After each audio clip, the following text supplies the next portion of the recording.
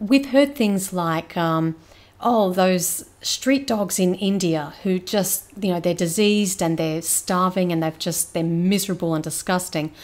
It's their bad karma. They were, SS soldiers. They were Nazis in World War II. So this is they're paying out their karma. Yes. That kind of thing, where the suffering of another is just dismissed because it's their bad karma. Yeah. That's where I really don't agree with that. Definitely. I hate that stuff. And we saw that play out firsthand, didn't we, in Ubud, Bali one night. Yes. We were eating at a vegan restaurant. Yeah. And, this was bad. We left the restaurant and a dog was crossing the road and got hit by a car. Yes, it was the most horrific sound. It was terrible. Awful. Unfortunately, he or she didn't die on the spot. No. And they were suffering so badly. So badly. Awful. We went to try and assist the dog, but of course the dog was aggressive. It was getting aggressive because it went into self-protection mode. Yeah, it was scared. It was clearly injured, probably had a broken something or other, or multiple broken something or others.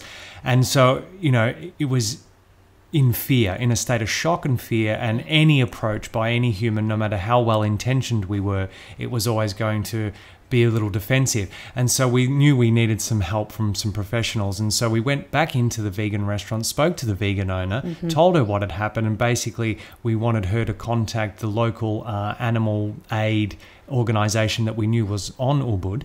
And she went into that whole, it's karma type thing, and wasn't really fazed by the whole thing. And meanwhile, you and I are horrified. Yeah. We're like, how can you have a vegan restaurant, call yourself vegan, and not care that this animal is suffering, a few meters up from your restaurant on the road? Yeah.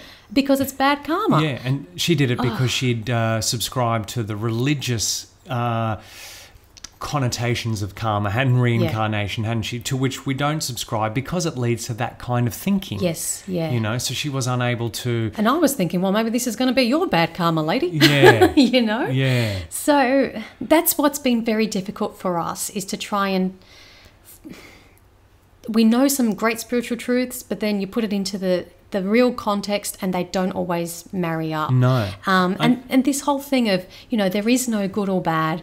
Thinking makes it so. Just thinking makes it so, right? Yeah. So it's all like our perception. And I understand that to a degree, but when you put yourself in the victim's position, it's all of a hard. sudden, there becomes a very clear distinction between morally right and morally wrong, doesn't there?